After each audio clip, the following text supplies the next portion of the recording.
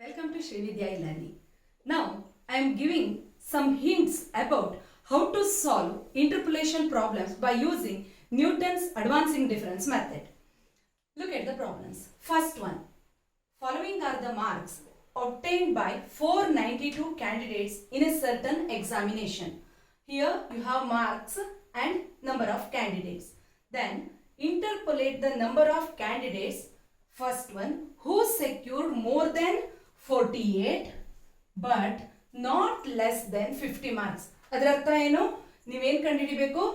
48 ಮತ್ತೆ 50 ಮಾರ್ಕ್ಸ್ ಮಧ್ಯ how many number of students are there ಅನ್ನೋದನ್ನ ಕಂಡುಹಿಡಿಬೇಕು. Next, less than 48 but not less than 45. That means you have to find out the number of students who secured the marks in between 45 to 48. Problem ಅನ್ನ ನೋಡಿ, class intervals ಅನ್ನ ನೋಡಿದಾಗ ಏನ್ ಗೊತ್ತಾಗುತ್ತೆ? 35 to 40, 40 to 45 ಈ ರೀತಿ ಗೊತ್ತಾಗುತ್ತೆ. ಸಾಲ್ವ್ ಮಾಡುವಾಗ ನಾರ್ಮಲಿ ಏನ್ ಮಾಡ್ಕೋತೀವಿ? ಲೆಸ್ ದೆನ್ 40, ಲೆಸ್ ದೆನ್ 45 ಈ ರೀತಿ ಮಾಡ್ಕೋತೀವಿ ಅಲ್ವಾ? ಸೊ ಇಲ್ಲಿ ಲೆಸ್ ದೆನ್ 50 ನಮಗೆ ಸಿಗ್ತಾ ಇದೆ, ಲೆಸ್ ದೆನ್ 50 ಡಾಟಾ ಸಿಗ್ತಾ ಇದೆ. ನೆಕ್ಸ್ಟ್ ಇಲ್ಲಿ 45 ಇದೆ, ಹಾಗಾದ್ರೆ ಲೆಸ್ ದೆನ್ 45 ಡಾಟಾ ಸಿಗ್ತಾ ಇದೆ. ನಮ್ಗೆ ಹಾಗಿದ್ರೆ ಡಾಟಾ ಯಾವ ಸಿಗ್ತಾ ಇಲ್ಲ ಅಂತಂದ್ರೆ less than 48 how many number of students are there ಅನ್ನೋದು ಗೊತ್ತಾಗ್ತಾ ಇಲ್ಲ ಅಲ್ವಾ? ಇದನ್ನ ಸಾಲ್ವ್ ಮಾಡೋಕೆ ನಾವು ಈಗ ಇಂಟರ್ಪೋಲೇಟ್ ನಂಬರ್ ಯಾವುದು? ನಮ್ದು 48. ಸೊ ಇಲ್ಲಿ ಇನ್ನೊಂದು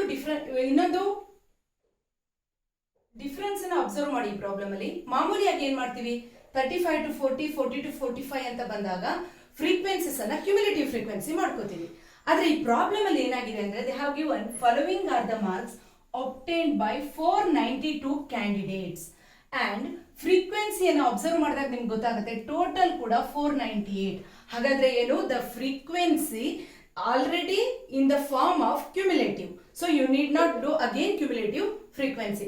ಹಾಗಾದ್ರೆ ಏನ್ ಮಾಡಬೇಕು ನೀವು? ಸೊಲ್ಯೂಷನ್ ಅಲ್ಲಿ ಮಾರ್ಕ್ಸ್ ಅನ್ನ less than 40, less than 45, less than 50 ಈ ರೀತಿ ಬರ್ಕೊಳ್ಳಿ. ಬಟ್ ಕ್ಯಾಂಡಿಡೇಟ್ಸ್ ಅನ್ನ instead of doing cumulative frequency ಏನು ನಂಬರ್ಸ್ ಇದೆಯೋ ಆಸ್ ಇಟ್ ಈಸ್ ಬರಿಬೇಕು.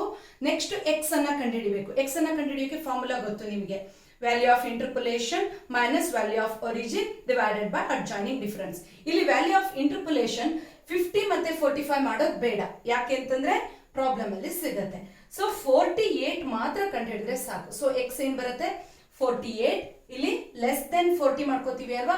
ವ್ಯಾಲ್ಯೂ ಆಫ್ ಒರಿಜಿನ್ ಏನಾಗುತ್ತೆ? 40 ಆಗುತ್ತೆ. 48 ಮೈನಸ್ 40, ಅಡ್ಜಾಯಿನಿಂಗ್ ಡಿಫರೆನ್ಸ್ ಎಷ್ಟಿದೆ? 35 to 40, 40 to 45 ಅಂದ್ರೆ 5 ಅಲ್ವಾ?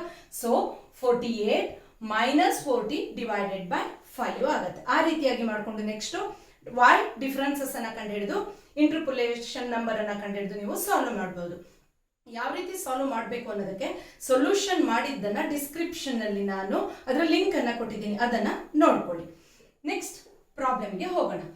From the following data find the number of workers earning between 650 and 680. Here is also you have to use Newton's method. Here they have given earning 600, 650, 700, 750 like that, and number of workers also 38, 120, 174, 190, 250. ನೋಡಿ ಇಲ್ಲಿ ಕೂಡ ಫ್ರೀಕ್ವೆನ್ಸಿಯನ್ನು observe ಮಾಡಿದಾಗ ಏನ್ ಗೊತ್ತಾಗುತ್ತೆ ನಿಮಗೆ? Frequency is in the form of cumulative. So you need not do again cumulative frequencies. Then earning ಇದೆಯಲ್ಲ 600, 650 ಈ ತರ ಇದೆ ಅಲ್ವಾ? ನೆಕ್ಸ್ಟ್ ಬರ್ಕೊಳ್ಳುವಾಗ ಲೆಸ್ ದೆನ್ 600, ಲೆಸ್ ದೆನ್ 650 ಈ ರೀತಿಯಲ್ಲಿ ಬರ್ಕೊಳ್ಳಿ. ಇದನ್ನ ಅದೇ ಫಾರ್ಮಲ್ ಬರ್ಕೊಳ್ಳಿ. ಇಲ್ಲಿ ಇನ್ ಬಿಟ್ವೀನ್ 650 and 680 ಇದೆ ಅಲ್ವಾ? ಸೊ ಲೆಸ್ ದೆನ್ 650 ಡಾಟಾ ನಮ್ಗೆ ಸಿಕ್ಬಿಡತ್ತೆ 120 ಅನ್ನೋದು ಅಲ್ವಾ? ಬಟ್ ಲೆಸ್ ದೆನ್ 680 ಡಾಟಾ ಸಿಗಲ್ಲ. ಸೊ ಇಂಟರ್ಪೋಲೇಷನ್ ನಂಬರ್ ಯಾವ್ದಾಗುತ್ತೆ? ವ್ಯಾಲ್ಯೂ ಆಫ್ ಇಂಟರ್ಪೋಲೇಷನ್ 680 ಆಗುತ್ತೆ, ಮೈನಸ್ ಒರಿಜಿನ್ 600 ಆಗುತ್ತೆ, ಡಿವೈಡೆಡ್ ಬೈ ಅಡ್ಜಾಯಿನಿಂಗ್ ಡಿಫರೆನ್ಸ್ 50 ಆಗುತ್ತೆ. ಆ ರೀತಿಯಾಗಿ ಮಾಡ್ಕೊಂಡು ಎಕ್ಸ್ ಅನ್ನು ಕಂಡುಹಿಡಿಯಿರಿ. ನೆಕ್ಸ್ಟ್ ವೈ ಎಕ್ಸ್ ಫಾರ್ಮುಲಾ ಹಾಕಿ ಈ ಪ್ರಾಬ್ಲಮ್ ಅನ್ನ ನೀವು ಸಾಲ್ವ್ ಮಾಡಬಹುದು. ನೆಕ್ಸ್ಟ್ ನೋಡಿ, ನೆಕ್ಸ್ಟ್ ಪ್ರಾಬ್ಲಮ್ ಅಲ್ಲಿ from the following data estimate the number of students who obtained more than 42 marks but not more than 55 marks. Observe the marks. What they have given? 30 to 40, 40 to 50, 50 to 60. So ಇಲ್ಲಿ 42 ಕೂಡ ಕೊಟ್ಟಿಲ್ಲ, 55 ಕೂಡ ಸಿಗ್ತಾ ಇಲ್ಲ. So ಎರಡು ವ್ಯಾಲ್ಯೂನ ನಾವು interpolate ಮಾಡಬೇಕು. ಇದನ್ನ 15 ಮಾರ್ಕ್ಸಿಗೆ ಕೇಳಿದ್ದಾರೆ ಈ ಕ್ವಶನ್ ಅನ್ನ. ಹೇಗೆ ಮಾಡಬೇಕು ಅಂತಂದ್ರೆ ಇಲ್ಲಿ ಆಮೇಲೆ ನಂಬರ್ ಆಫ್ ಸ್ಟೂಡೆಂಟ್ಸ್ ನೋಡಿದ್ರೆ ಕೂಡ ಕ್ಯುಮ್ಯುಲೇಟಿವ್ ಫ್ರೀಕ್ವೆನ್ಸಿ ಇಲ್ಲ ಫ್ರೀಕ್ವೆನ್ಸಿಸ್ ಇದೆ. ಯಾವ ರೀತಿಯಾಗಿ ಸಾಲ್ವ್ ಮಾಡಬೇಕು? ಫಸ್ಟ್ ಮಾರ್ಕ್ಸ್ ಅನ್ನ ಬರ್ಕೊಳ್ಳಿ. Less than 40, less than 50, less than 60, same as usual. But number of students ಏನ್ ಮಾಡಬೇಕು ಇಲ್ಲಿ? ಈ ಪ್ರಾಬ್ಲಮ್ ಅಲ್ಲಿ ಕರೆಕ್ಟ್ ಆಗಿ ಅಬ್ಸರ್ವ್ ಮಾಡಿ. ಲೆಸ್ ದೆನ್ 40 ಅಂದ್ರೆ 31 ಬರುತ್ತೆ. ಲೆಸ್ ದೆನ್ 50 ಅಂದ್ರೆ you have to add 31 plus 42 ಅಂದ್ರೆ ಕ್ಯುಮ್ಯುಲೇಟಿವ್ ಫಾರ್ಮ್ ಅನ್ನ ಮಾಡ್ಕೋಬೇಕು. ನಂತರದಲ್ಲಿ ಏನ್ ಮಾಡಬೇಕು? 42 ಮತ್ತೆ 55 ಇಂಟರ್ಪುಲೇಟ್ ವ್ಯಾಲ್ಯೂಸ್ ಆಗುತ್ತೆ. ಅಂದ್ರೆ ಅಲ್ಲಿಗೆ ಎಕ್ಸ್ 2x ಅನ್ನ ಕಂಡುಹಿಡಿಬೇಕು ನೀವು. ಒಂದು ಎಕ್ಸ್ ಅಲ್ಲಿ ಏನಾಗುತ್ತೆ?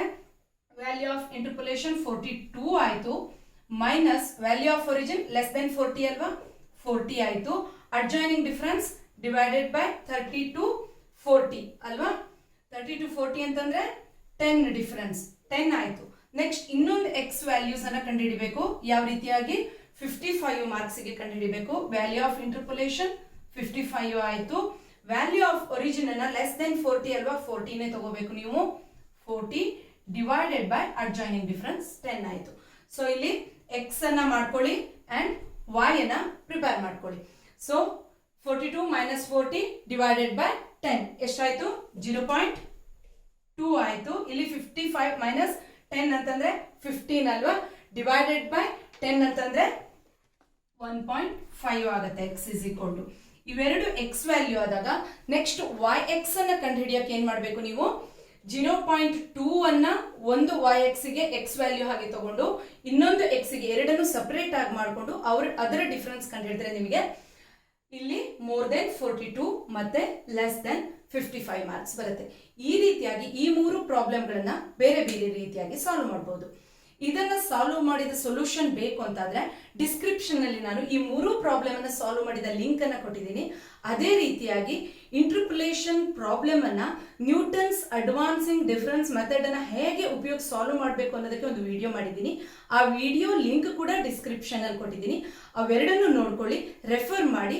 ಇಂಟರ್ಪುಲೇಷನ್ problem Newton's advancing difference method ಅನ್ನ ಉಪಯೋಗಿಸಿ ಹೇಗೆ ಮಾಡಬಹುದು ಅನ್ನೋದನ್ನ ಪರ್ಫೆಕ್ಟ್ ಆಗಿ ಕಲ್ತ್ಕೊಳ್ಳಿ. ಫುಲ್ ಮಾರ್ಕ್ಸ್ ತಗೊಳ್ಳಿ. All the best. Thanks for watching. Don't forget to subscribe Sri Vidya e-learning.